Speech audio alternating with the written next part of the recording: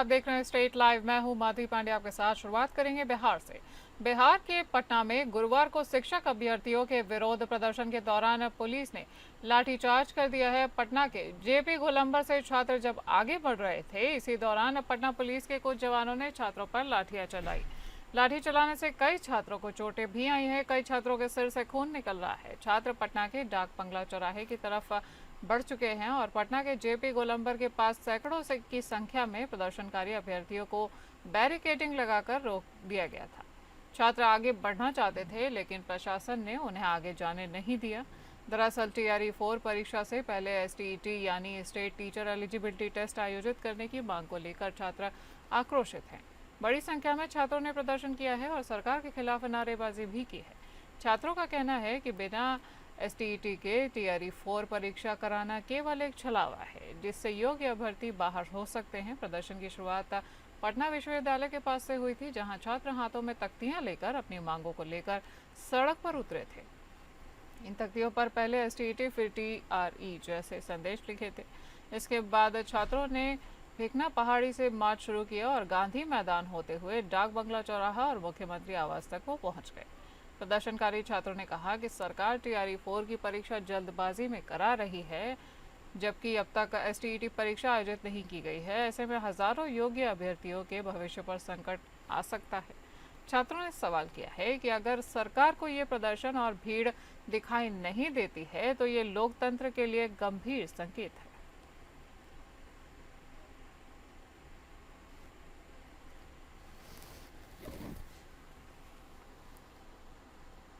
BJP के media प्रभारी दानिश इकबाल ने चुनावी रणनीतिकार प्रशांत किशोर पर बड़ा हमला बोला है।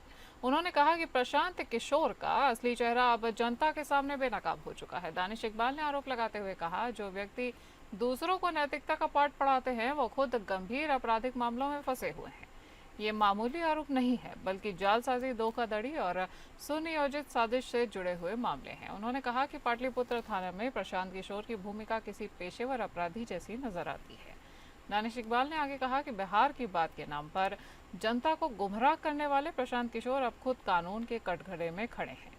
नैतिकता की ठेकेदारी करने वालों को पहले खुद अपना चेहरा देखना चाहिए। बिहार की जनता अब इन नकाबपोश नेताओं को पहचान चुकी है। ये नेता नहीं, बल्कि चोर हैं।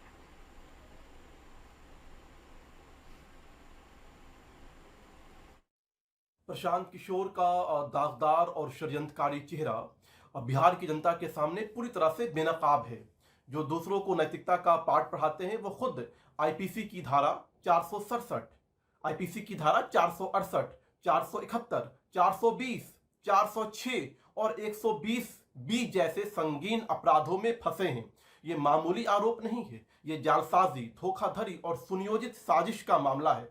पाटलिपुत्रा पुलिस थाना में केस नंबर 94/2020 में इनकी भूमिका किसी पेशेवर अपराधी जैसी दिख रही है। बिहार की बात के नाम पर जनता को गुमराह करने वाले प्रशांत किशोर खुद कानून के कटघरे में हैं। नैतिकता की ठेकेदारी छोड़िए। बिहार की जनता अब इन षड्यंत्रकारी, दागदार, निकाबपोश नेताओं को पहचान चुकी है। ये नेता नहीं, ये दरअसल राजनीतिक चोर हैं और इनकी जो हकीकत है, परत दर परत हम जनता के सामने लाते रहें।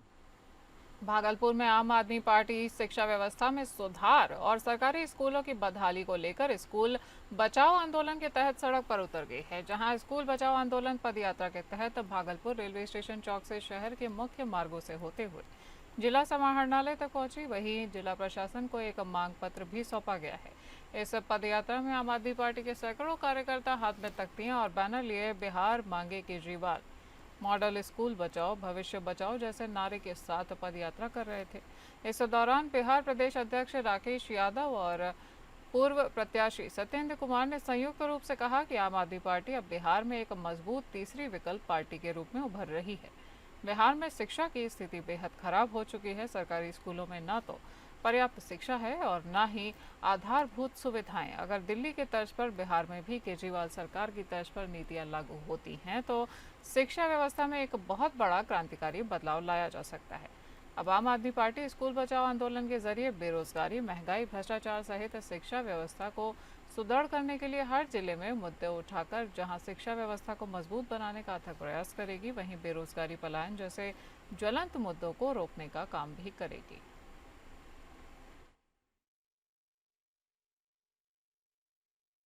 स्टेशन चौक से लेके तिलका मांझी चौक तक पद यात्रा होगी और इसका उद्देश्य जो है स्कूल बचाओ आंदोलन हम लोग कर रहे हैं इसके माध्यम से, और इससे अपने पार्टी के विचारधारा को हम लोग पब्लिक के बीच में ले जाने का काम करेंगे। और हमारी पार्टी इस इलेक्शन में 243 विधानसभा से लड़ेगी और मजबूती के साथ लड़ेगी, और इन लोगों का हो सकता उखाड़ के फेंक देंगे हम। तिलका मांझी भागलपुर विश्वविद्यालय में उस वक्त अफरा तफरी मच गई जब दिलदारपुर और शंकरपुर दयारा क्षेत्र में बाढ़ पीड़ितों ने सेनेट हॉल के समीप स्थित गेट का ताला तोड़कर जबरन कैंपस में प्रवेश कर लिया। प्रशासन द्वारा सुरक्षा का हवाला देते हुए कई दिनों से गेट में ताला जड़ा गया था ताकि बाढ़ पीड़ित परिसर में न घुस सके। प्राप्त जानकारी के अनुसार दियारा क्षेत्र के कई ग्रामीण विश्वविद्यालय के उत्तरी गेट पर पहुंचे और गेट का ताला तोड़कर वो अंदर घुस गए। वे अपने साथ घर का सामान, प्लास्टिक की चादरें व अन्य जरूरी चीजें लेकर आए थे और टिल्हा कोठी सहित अन्य स्थानों पर तंबू लगाकर ठहरने की कोशिशों में जुट गए। उसी समय विश्वविद्यालय परिसर का निरीक्षण करने पहुंचे सदर एसडीओ विकास कुमार और नाथनगर अंचल अधिकारी को भी घटनास्थल पर मौजूद रहना पड़ा। प्रशासन के सामने ही आक्रोशित लोगों ने ताला तोड़कर अंदर प्रवेश किया। बाढ़ पीड़ितों का कहना है कि दियारा क्षेत्र में बाढ़ की स्थिति बेहद गंभीर है और प्रशासन ने अब तक उनके लिए समुचित राहत की व्यवस्था नहीं की है। मजबूरी में उन्हें विश्वविद्यालय कैंपस में शरण लेनी पड़ी है। वहीं विश्वविद्यालय प्रशासन का कहना है कि सुरक्षा कारणों से परिसर में बाहरी लोगों के प्रवेश पर रोक लगाई गई थी। मामले को लेकर जिला प्रशासन और विश्वविद्यालय प्रशासन के बीच बातचीत अभी जारी है। कि सर बाढ़ से हम लोग को बहुत ज़्यादा परेशानी हो रही है। हम लोग का गांव घर सब डूब चुका है। वो उनसे बोले कि आप लोग अपना ऊंचे स्थान पे शरण लीजिए, हम आप लोग के साथ हैं, आप अच्छे स्थान पे जाइए, कहीं को किंतु परंतु न होगा, अगर होगा तो हम लोग हैं आपके साथ। तो जो उससे प्रभावित ग्रामीण हैं वो हायर प्लेसेस के लिए प्रयास करते हैं। तो यहाँ पर परंपरागत तौर पर जो शिविर की जो सूची है उसकी सूची हम लोग रात में ही सबकी उसकी समीक्षा किए हैं। और जो यूनिवर्सिटी जो क्षेत्र है हमारा, इसमें पूर्व के वर्षों की तरह इसमें मवेशी और जो प्रभावित जो गांव वाले हैं वो लोग शरण लेते हैं जब तक कि जल का स्तर है वो नीचे नहीं होता है। तो उसकी व्यवस्था और उसमें कोई मतलब कोई समस्या नहीं हो, यहाँ पे हम लोग वही देखने आए थे। चापाकल वगैरह खराब है तो उसको हम लोग शीघ्र उसकी मरम्मती करवा देंगे। विशेष गहन पुनरीक्षण के क्रम में जिला स्तर पर 1 अगस्त से 1 सितंबर तक चल रहे विशेष कैंप अंतर्गत स्वीप कार्यक्रम के तहत बुधवार को जिले में ऑनलाइन आइकन की उपस्थिति में मतदाता जागरूकता हेतु हस्ताक्षर अभियान चलाया गया है। इस अवसर पर जिला स्वीप आइकन अभिनेता पंकज झा, दीपेश कुमार, जिला निर्वाचन पदाधिकारी, जिला पदाधिकारी दीपेश कुमार, स्वीप कोषांग के वरीय पदाधिकारी और स्वीप कोषांग सह उप विकास आयुक्त संजय कुमार निराला के द्वारा हस्ताक्षर अभियान चलाकर जिले के सभी सम्मानित नागरिकों को जागरूक करने के उद्देश्य हेतु अभियान ये चलाया गया है। स्वीप आइकन पंकज झा के द्वारा बताया गया है कि दिनांक 1 अगस्त को मतदाता सूची का ड्राफ्ट प्रकाशन हो चुका है और कोई मतदाता छूटे नहीं, इसलिए जिला प्रशासन के द्वारा जिले के सभी प्रखंड अंचल कार्यालय और सभी नगर निकाय तथा नगर निगम के कार्यालय, साथ ही जिला स्तर पर भी विशेष कैंप चलाकर आम नागरिकों और मतदाताओं का दावा, आपत्ति से संबंधित नया नाम जोड़ने के लिए फॉर्म 6, नाम हटाने के लिए फॉर्म 7 एवं नाम, पता या अन्य जानकारी में सुधार या स्थानांतरण के लिए फॉर्म 8 से संबंधित कार्य किए जा रहे हैं। साथ ही उन्होंने आम नागरिकों से अपील की है कि फॉर्म के साथ घोषणा पत्र और आवश्यक दस्तावेज जरूर संलग्न करें। ये विशेष कैंप 1 अगस्त से 1 सितंबर तक प्रत्येक दिन चलेगा। साथ ही आगामी विधानसभा आम निर्वाचन 2025 के अनुमंडल स्तर पर बनाए गए ईवीएम डेमोन्स्ट्रेशन सेंटर पर जाकर आम नागरिकों व मतदाताओं को ईवीएम वीवीपैट मशीन से संबंधित जानकारी से अवगत कराते हुए मतदाता जागरूक कार्यक्रम भी चलाया जाएगा। बना दिए हैं, हम यहाँ के हैं, बहुत बढ़िया बात है, मेरा सौभाग्य है, सुंदर बात है। इससे सुंदर और क्या हो सकता है। वही जागरूकता, अवेयरनेस के अपने महत्व को, अपने होने को और अपने आप को जो मतलब ये हक मिला हुआ है अपने मतदान का, उसको जगाना है, उसको बात करनी है उनसे, उनको समझाना है, बुझाना है। और जमुई जिले के गरही थाना क्षेत्र अंतर्गत हरखार पंचायत के मुखिया मुन्ना साव के घर पर रोपावेल गांव में सूचना के आधार पर पुलिस ने छापेमारी की है। इस दौरान मुखिया मुन्ना साव के घर पर संचालित अवैध हथियार निर्माण की एक मिनी फैक्ट्री का पर्दाफाश हो गया है। मामले में 5 लोगों को गिरफ्तार किया गया है, जिसके निशानदेही पर गरही चौक और टाउन थाना क्षेत्र के कल्याणपुर स्थित गुड्डू सिन्हा के घर पर भी छापेमारी की गई है। तीनों जगह पर बुधवार की देर शाम तक की गई छापेमारी के दौरान भारी मात्रा में निर्मित और अर्धनिर्मित हथियार के साथ केमिकल और हथियार बनाने वाली मशीन को जब्त कर लिया गया है, जो कि पुलिस के लिए एक बड़ी कामयाबी मानी जा रही है। मिनी गन फैक्ट्री का मास्टरमाइंड मुखिया मुन्ना साव सहित अन्य लोग फरार हो चुके हैं। इनकी तलाश अभी जारी है। मुखिया मुन्ना साव का पहले से आपराधिक इतिहास रहा है। गिरफ्तार लोगों में 2 मुंगेर, 2 कोलकाता और 1 मुखिया का भतीजा शामिल है। पुलिस के अनुसार ये गिरोह लंबे समय से हथियार निर्माण और तस्करी में लिप्त था। इस गिरोह के तार पश्चिम बंगाल से भी जुड़े हुए हैं। यहाँ से हथियार बनाकर बंगाल भेजे जाते थे और जांच में ये भी सामने आया है कि जमुई मिनी गन फैक्ट्री के लिए केंद्र के रूप में उभर रहा है और इस हथियार तस्करी नेटवर्क की पहुंच मुंगेर, लखीसराय समेत अन्य जिलों तक फैली हो सकती है। पुलिस अब इस गिरोह से जुड़े अन्य सदस्यों और आपूर्तिकर्ताओं की तलाश में जुटी हुई है।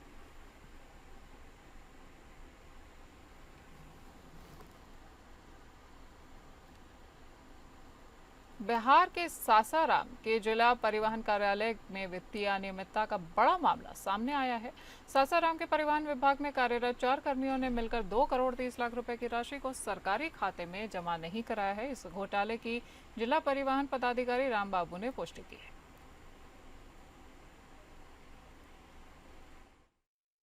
नोटिस देने के बावजूद भी ये लोग न तो साक्ष्य दिखाए जमा करने का और नहीं राशि जो उनके आईडी पर है जमा किया गया।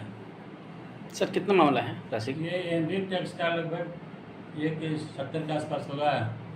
1 करोड़ 70 लाख। हाँ, उसमें 2 ऑपरेटर हैं जिनके आईडी पर है, एक अक्षय कुमार और एक है अजय कुमार। और ये चालान जिनके आईडी पर है वो उसमें प्रोग्रामर अनिल है और डाटा एंट्री ऑपरेटर अनिल है।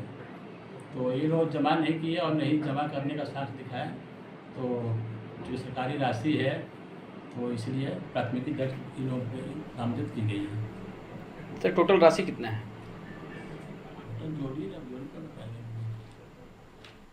बिहार के सासाराम के करबंदिया थाना क्षेत्र के अमरी टोला में पुलिस ने छापेमारी की है और छापेमारी कर देह व्यापार के धंधे का बांडाफोड़ किया है तथा 7 लड़कियों को पकड़ा गया है। वहीं एक संचालक को भी गिरफ्तार कर लिया गया है, जिसमें से 3 नाबालिगों को बाल सुधार गृह में भेजा जा चुका है, जबकि 4 युवती को पुलिस ने गिरफ्तार किया है। छापेमारी में 5 थाना की पुलिस ने मिलकर अमरी टोला में छापेमारी कर दशरथ नट नामक व्यक्ति को गिरफ्तार किया है। पुलिस को सूचना मिली थी कि करबंदिया थाना क्षेत्र के अमरी टोला में देह व्यापार का धंधा चल रहा है। सूचना पर कार्यवाही की गई तो पुलिस को ये सफलता हाथ लगी है। टोला के कुछ घरों में नाबालिग लड़कियों से अनैतिक देह व्यापार कराया जा रहा है।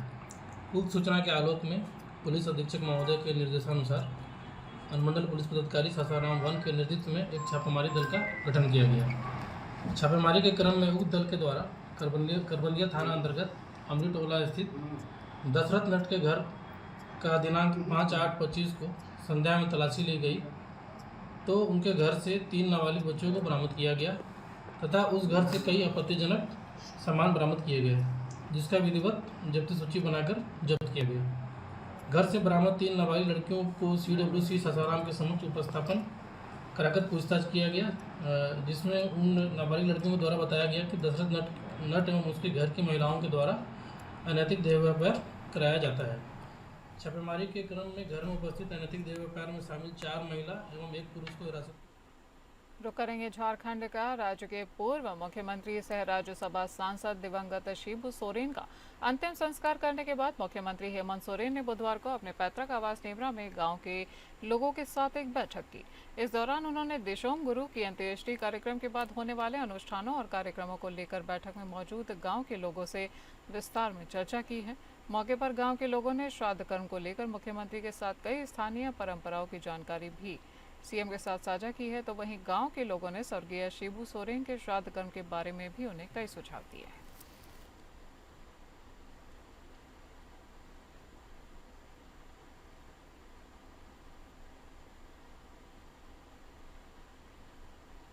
रांची के पूर्व डीसी छवि रंजन की जमानत याचिका पर झारखंड हाईकोर्ट ने बीते बुधवार को सुनवाई करते हुए अपना फैसला सुना दिया है। दरअसल लैंड स्कैम के मामले पर सुनवाई करते हुए हाईकोर्ट के न्यायाधीश जस्टिस सुजीत नारायण प्रसाद की अदालत ने जेल में बंद पूर्व डीसी की याचिका खारिज कर उन्हें बेल देने से इनकार कर दिया है।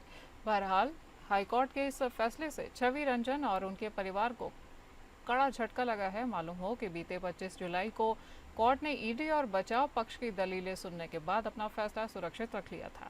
इससे पहले रांची पीएमएलए यानी prevention of money laundering act court ने भी छवि रंजन को बेल देने से इनकार कर दिया था, जिसके बाद उन्होंने हाई कोर्ट में जमानत देने की गुहार लगाई थी और हालांकि वहां भी उन्हें निराशाजनक फैसले का ही सामना करना पड़ा था।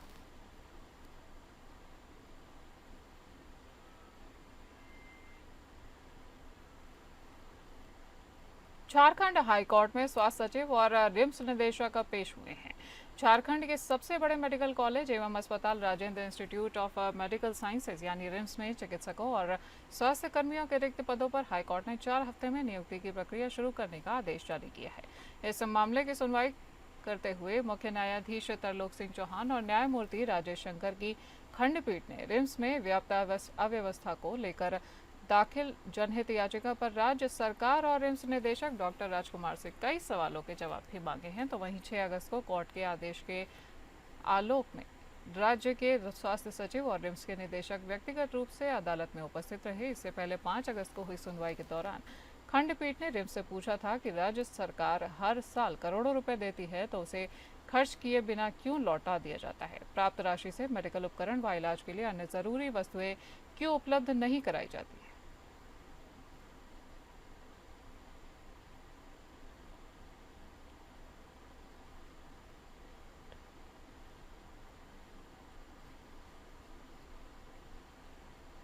राजधानी रांची में प्रवर्तन निदेशालय यानी ईडी ने 750 करोड़ रुपए के जीएसटी घोटाले में फिर से छापेमारी शुरू कर दी है।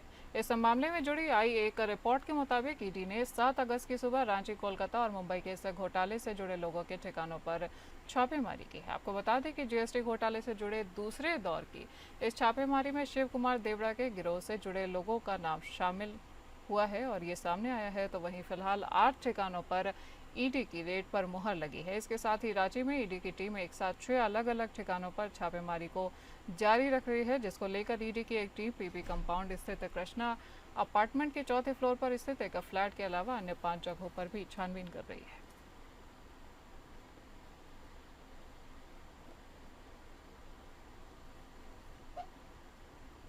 दुमका के फूलो झानो मेडिकल कॉलेज एंड अस्पताल लापरवाही सामने आई है, जब एक जॉइंटिस का मरीज अस्पताल से गायब हो गया है। दुमका रसिकपुर मोहल्ले का रहने वाला मरीज दीपक दास को परिजनों ने जॉइंटिस की बीमारी के कारण अस्पताल में भर्ती करवाया था और पेशाब के बहाने मरीज बाहर निकल गया। सुबह का नाश्ता करने के बाद मरीज वहां से गायब हो गया तो परिजन नगर थाना चले गए, लेकिन वहां भी इन्हें किसी भी प्रकार की मदद नहीं मिली। उधर दूसरे दिन बड़ा बांध तालाब से मरीज की लाश मिली है। लापरवाही अस्पताल और थाना दोनों की सामने आई है, जब अस्पताल से गायब मरीज को अस्पताल भी नहीं ढूंढ पाया और बाद में सूचना मिलने पर नगर थाना मरीज की लाश शहर के बड़ा बांध तालाब से बरामद कर अस्पताल पहुंची है।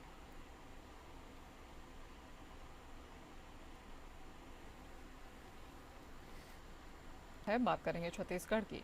उप मुख्यमंत्री तथा लोक निर्माण मंत्री अरुण साव भारतीय मानक ब्यूरो द्वारा लोक निर्माण विभागीय अभियंताओं के लिए आयोजित क्षमता निर्माण कार्यक्रम में शामिल हुए।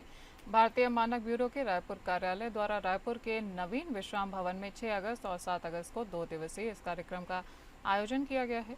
देश भर से आए विशेषज्ञ कार्यक्रम में अभियंताओं को अलग अलग तरह के निर्माण कार्यों में प्रयुक्त सामग्री और कार्यों के नए मानकों की जानकारी दे रहे हैं। लोक निर्माण विभाग के विभिन्न जिलों के अभियंता इसमें हिस्सा ले रहे हैं, जिनमें अधीक्षण अभियंता, कार्यपालन अभियंता और सहायक अभियंता शामिल हैं।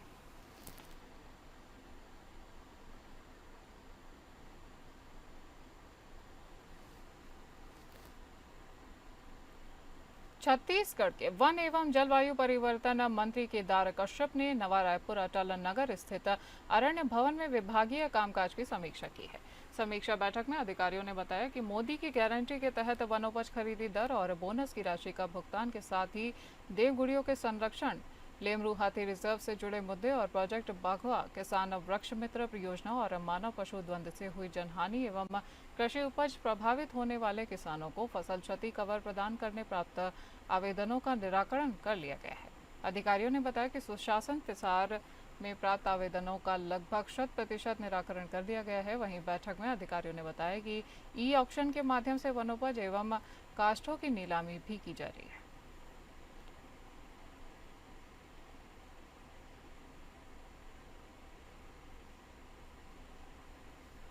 सत्रह सूत्रीय मांगों को लेकर 28 जुलाई से अनिश्चितकालीन हड़ताल पर बैठे तहसीलदार और नायब तहसीलदारों ने बुधवार को अपना आंदोलन स्थगित कर दिया है। ये फैसला राजस्व मंत्री टंकराम वर्मा से हुई बैठक के बाद लिया गया है। छत्तीसगढ़ कनिष्ठ प्रशासनिक सेवा संघ के बैनर तले चल रहे इस आंदोलन के संबंध में संघ के प्रांताध्यक्ष कृष्ण कुमार लहरे ने बताया कि मंत्री ने प्रमुख 5 मार्गों पर शीघ्र निर्णय लेने का आश्वासन दिया है। लहरे ने कहा कि सरकार के सकारात्मक रुख और प्रदेश की जनता की समस्याओं को देखते हुए हड़ताल को फिलहाल स्थगित करने का निर्णय लिया गया है।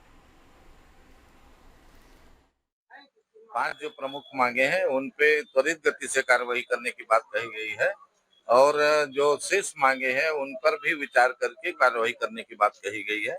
और हमारी शासन से और शासन के जो प्रतिनिधि है, जैसे कि सचिव राजस्व है, संचालक भू अभिलेख है, और हमारी सबसे बड़ी बात हमारी जो राजस्व विभाग के माननीय मंत्री महोदय है, उनके बीच में भी ये चर्चा हुई है और उनके द्वारा यह भरोसा दिलाया गया है कि हमारे सभी मांगों पर त्वरित गति से कार्रवाई की जाएगी। और हमारा ये जो मांग था मुख्य रूप से संसाधन को लेकर था, जो आम जनता से जुड़ा हुआ था, आम जनता के कार्यों से जुड़ा हुआ था, तो उन्होंने इसे त्वरित गति से उपलब्ध कराने की बात कही गई है। उस दिशा में तत्काल कार्रवाई करने की बात कही गई है।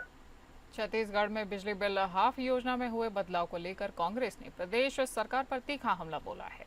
मंगलवार को रायपुर में आयोजित प्रेस वार्ता में पूर्व सांसद छाया वर्मा और पूर्व महापौर प्रमोद दुबे ने भाजपा सरकार पर जनविरोधी फैसले लेने का आरोप लगाया था।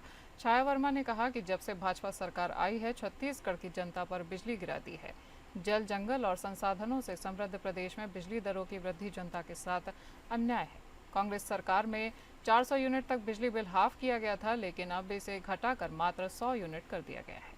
उन्होंने ये भी आरोप लगाया कि स्मार्ट मीटर के नाम पर भ्रष्टाचार किया जा रहा है। उनको आमंत्रण दे रही है लूटपाट की जो टीम के जो कप्तान हैं उन लोगों को। अब बड़ी बात यह है कि इसमें टेक्निकल प्रॉब्लम ये है कि जो फ्लैट वाले घर वाले हैं, आपका फ्लैट मान लो नीचे में है, आप सोलर कैसे लगाओगे? छत तो उसका रहता है, जो मकान मालिक रहता है उसका। उसके अलावा कबेलूनुमा जो मकान हैं उनमें कैसे सोलर पैनल लगाएंगे? आपकी सब्सिडी का।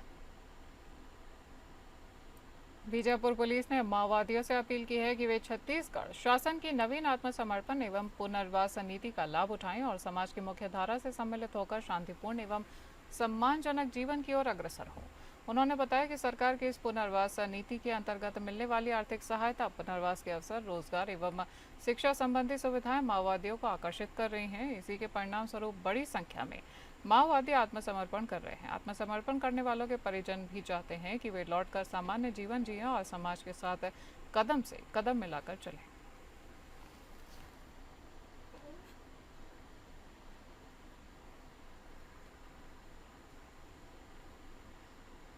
नेशनल थर्मल पावर कॉरपोरेशन यानी एनटीपीसी सीपत प्लांट में मेंटेनेंस के दौरान भारी भरकम स्लैब अचानक गिर गया, जिसकी चपेट में 5 मजदूर आ गए। घटना में एक श्रमिक की मौत हो गई है, जबकि 4 अन्य गंभीर रूप से घायल हो गए हैं। इनमें से एक की हालत गंभीर है। घटना के बाद राहत और बचाव कार्य शुरू कर दिया गया है। जानकारी के अनुसार घटना के बाद प्लांट में हड़कंप मच गया है। मौके पर मौजूद अन्य कर्मचारियों ने किसी तरह सभी मजदूरों को बाहर निकाला और घायलों में से 2 को गंभीर हालत में बिलासपुर लाया गया है, जिनमें पौड़ी सीपत निवासी श्याम साहू की सिम्स में मौत हो गई है। वहीं प्रताप सिंह का अपोलो में इलाज चल रहा है।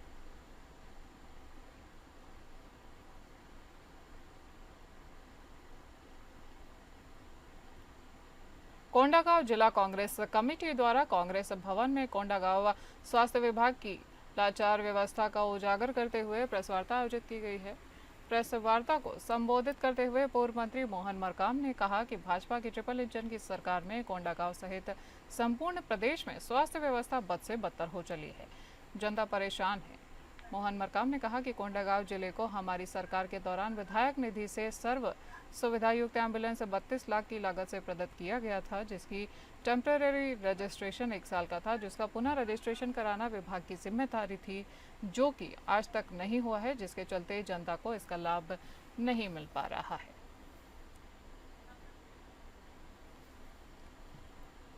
स्टेट लाइव में आज के लिए इतना ही। नमस्कार।